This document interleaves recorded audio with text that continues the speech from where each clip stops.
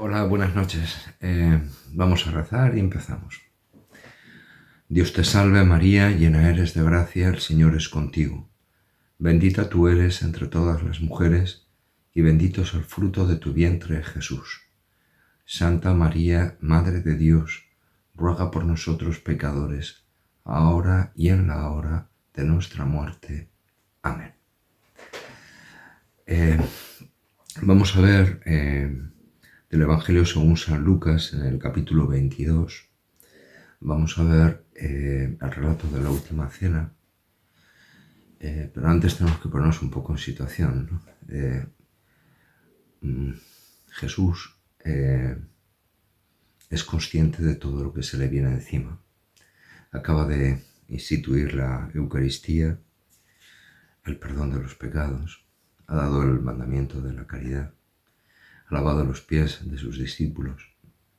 Judas se ha marchado. ¿Sí? Salió fuera, dice, era de noche. Fuera, dentro. Salió fuera, era de noche.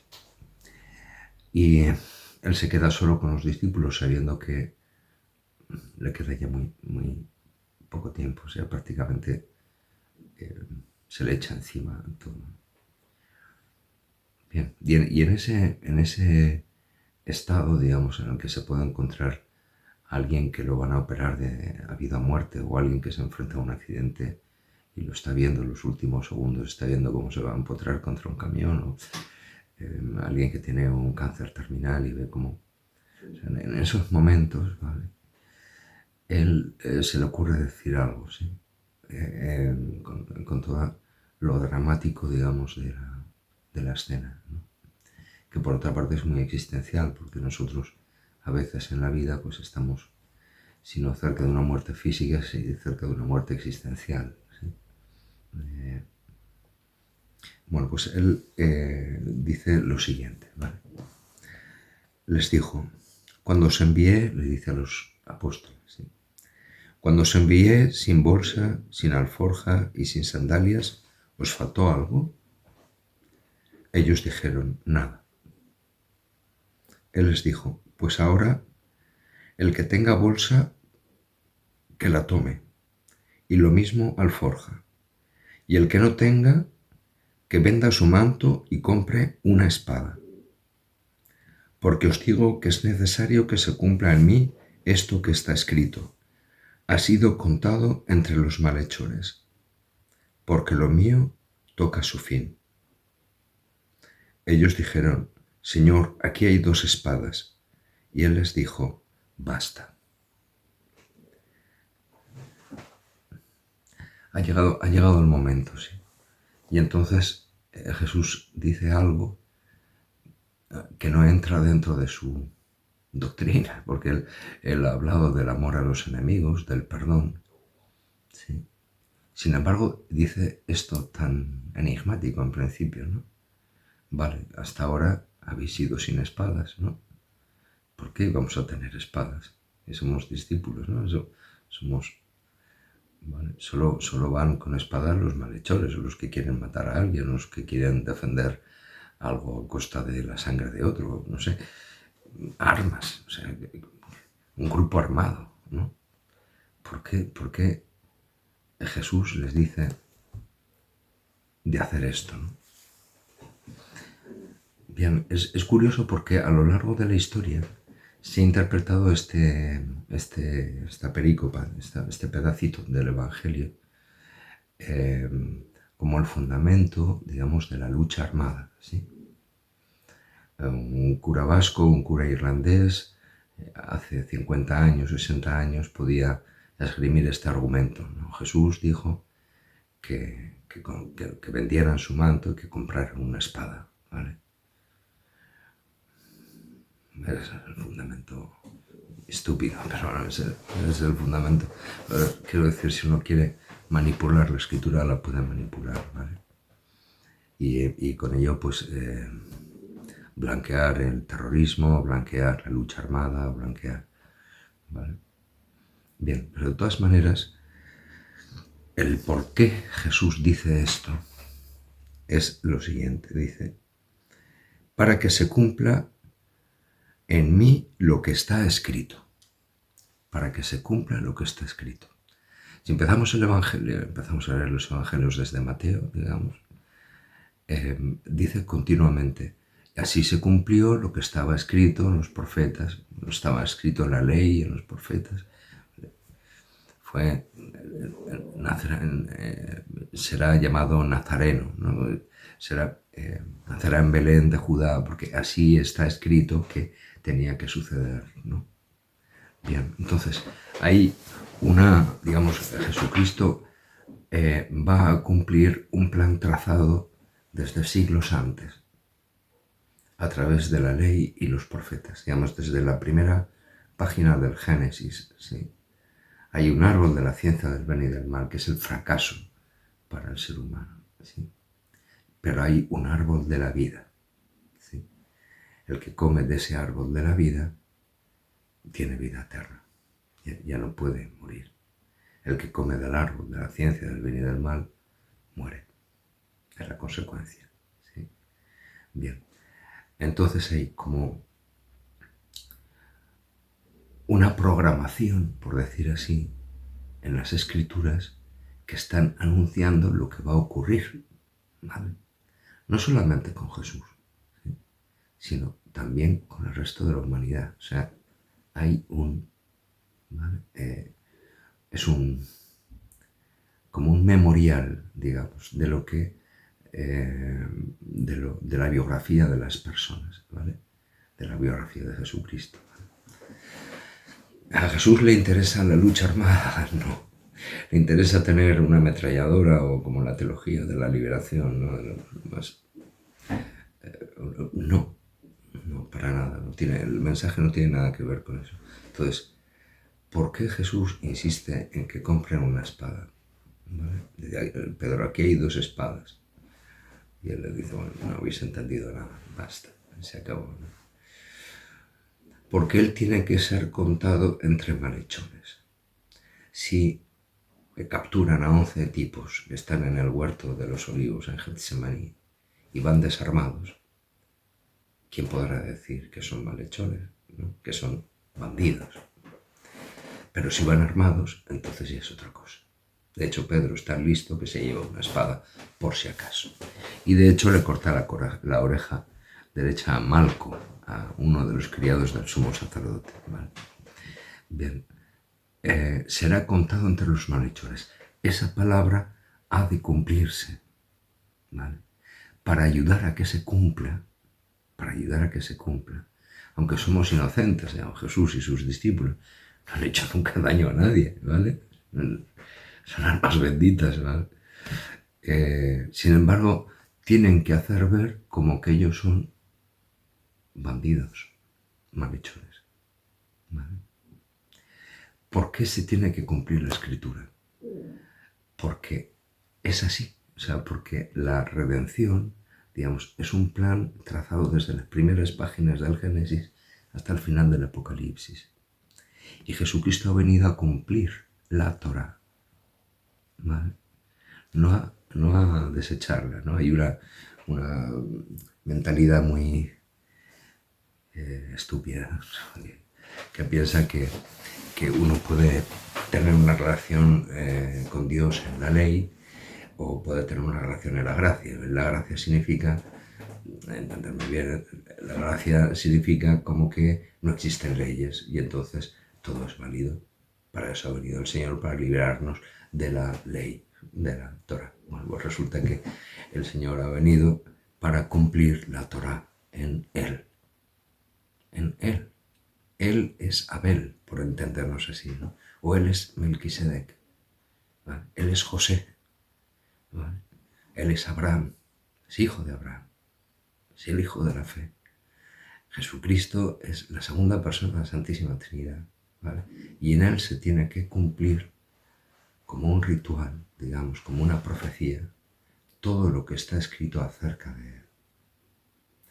Si Isaías dice, el profeta Isaías dice, será contado entre los malhechores, ¿vale? Él se va a preocupar de que aparentemente la gente crea que Él es un malhechor.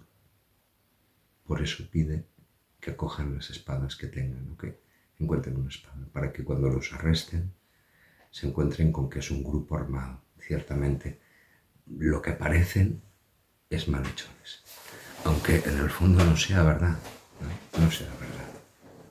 Bien, creo que la palabra se llama haftará, creo, en hebreo, pero no estoy seguro, no me hagáis mucho caso. La haftará es la lectura continua de toda la Biblia en las sinagogas los sábados, ¿vale?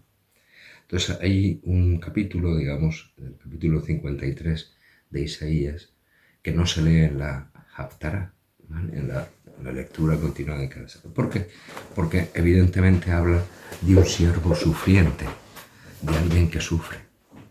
Y eso en Israel o en el Islam, digamos, el sufrimiento no se tolera, digamos, ni el perdón, no se entiende, ¿vale? No se entiende el perdón, si me lo has hecho la tienes que pagar, ojo por ojo y diente por diente, ¿vale? Mientras que en el cristianismo es otra cosa, sí, es poner la otra mejilla, es así, es poner la otra mejilla. Pues os voy a leer despacio el capítulo 53, ¿vale? Para que veamos cómo palabra a palabra se ha de cumplir como una profecía en Jesús. Y la preocupación de Jesús es que esa palabra, que es la voluntad del Padre, se cumpla en Él, para que el mundo viva. Tiene que morir Él como una semilla para que germine la planta, ¿sí? Para que los otros tengan vida, ¿vale? Os lo leo. ¿Quién dio crédito a nuestra noticia? Y el brazo del Señor a quien se le reveló. Creció como un retoño delante de él, como raíz en tierra árida. No tenía apariencia ni presencia. Le vimos y no tenía aspecto que pudiéramos estimar. Despreciable y deshecho de hombres, varón de dolores y sabedor de dolencias. Como uno ante quien se oculta el rostro, despreciable y no le tuvimos en cuenta. Cada palabra, cada palabra. Despreciable y no le tuvimos en cuenta. Y con todo eran nuestras dolencias las que él llevaba, y nuestros dolores los que soportaba. Nosotros le tuvimos por azotado, herido de Dios y humillado. Él ha sido herido por nuestras rebeldías, molido por nuestras culpas. Él soportó el castigo que nos trae la paz. Él soportó el castigo que nos trae la paz.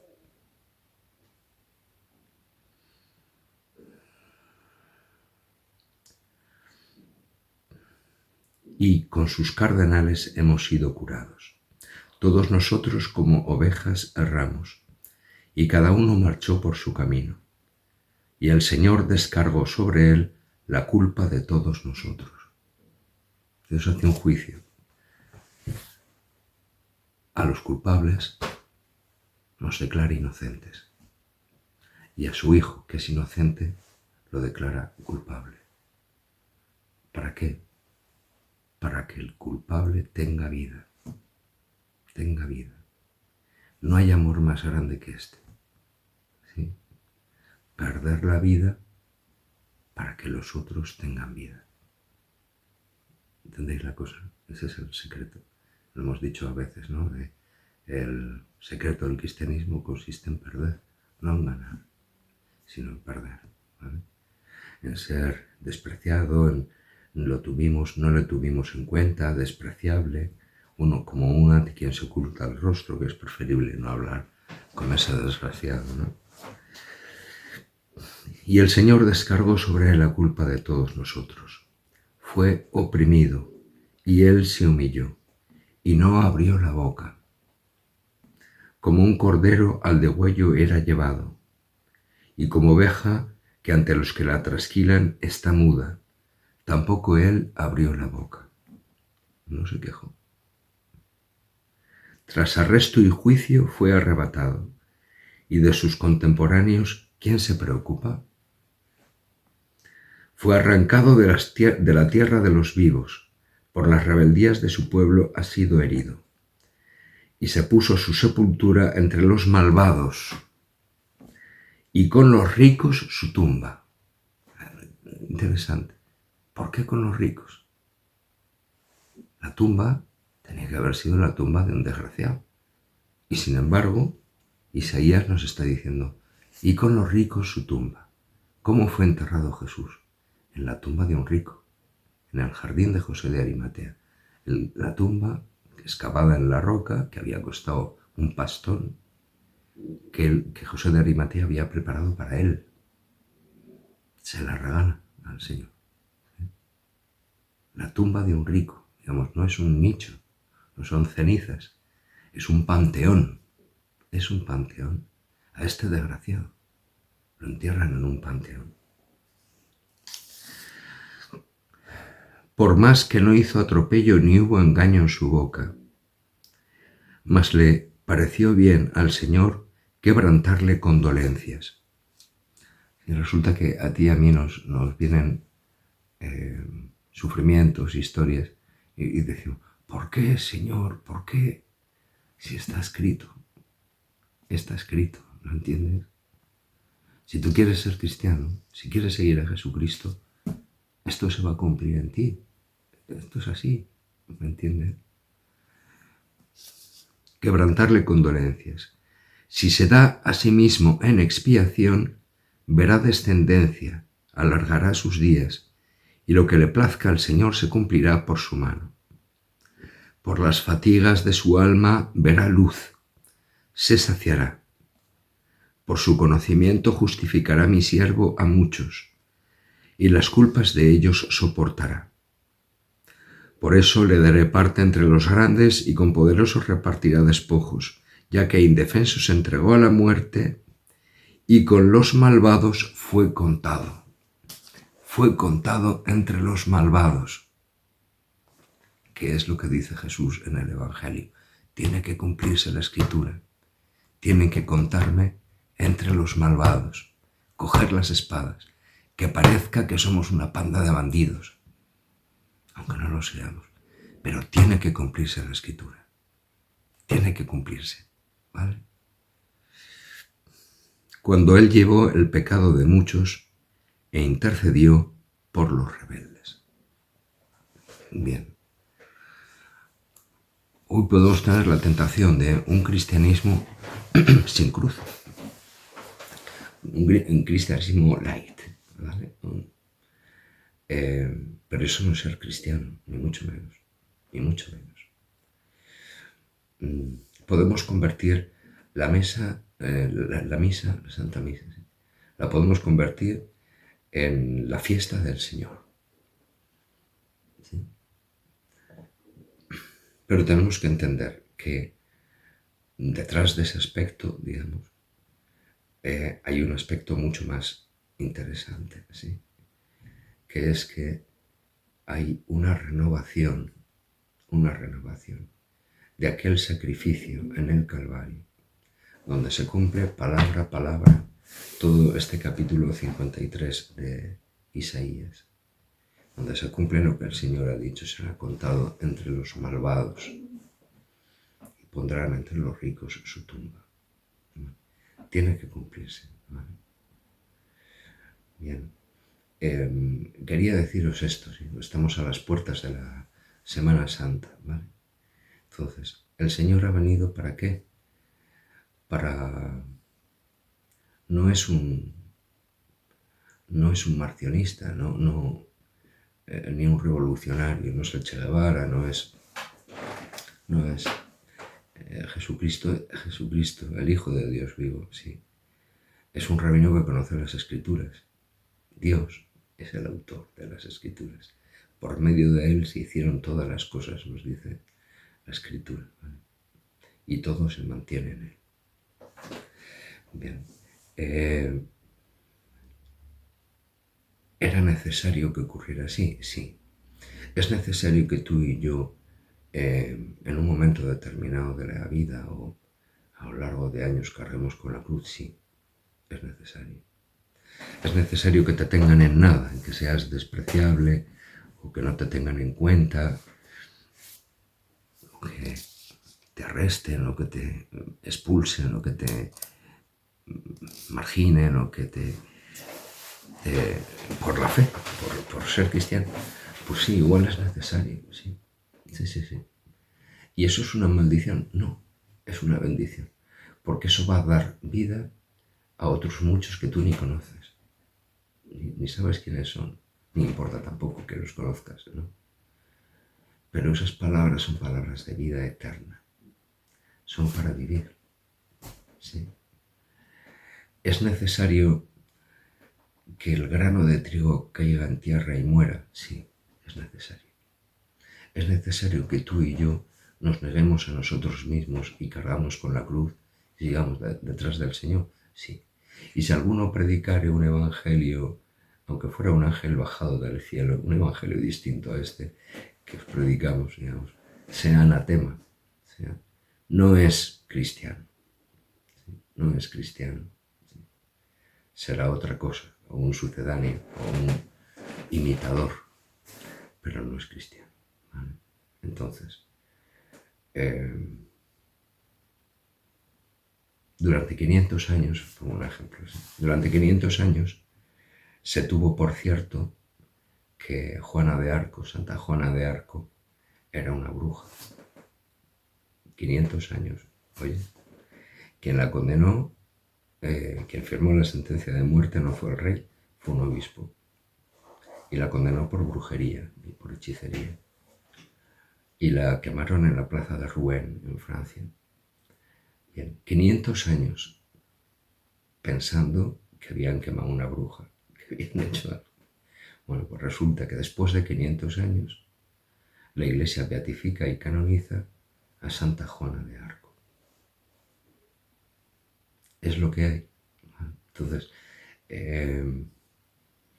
¿es una injusticia? Sí, claro que es una injusticia, pero es que es así. Forma parte del juego, por decirlo así, ¿no? Será contado entre los malhechores, ¿no? Falsas acusaciones, ¿no? Te pueden caer a ti o a mí, ¿no? Y calumnias, de todo tipo de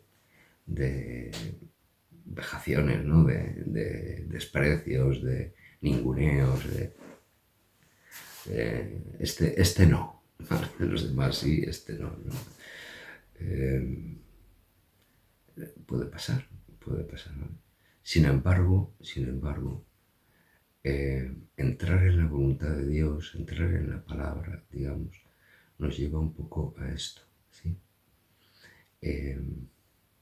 Vi un sacerdote que murió aquí en Zaragoza hace muchos años, que en el momento de la muerte, yo creo que es cuando uno dice las verdades, ¿no? Las verdades más, porque ya no te queda tiempo, ¿sí? Agarrándose a un crucifijo decía, solo existe esta verdad, esta es la verdad, ¿sí? Esta es la verdad, Cristo y Cristo crucificado. El resto es vanidad de vanidades, es vanidad de vanidades, ¿vale? Entonces, para empezar bien la Cuaresma, ¿vale? Os propongo esto, si queréis, ¿vale? Podéis leer, si os parece, el capítulo 53 de Isaías, el cuarto canto del siervo de Yahvé, el cuarto canto del siervo, sí. O bien los relatos de la pasión en los 4 evangelios.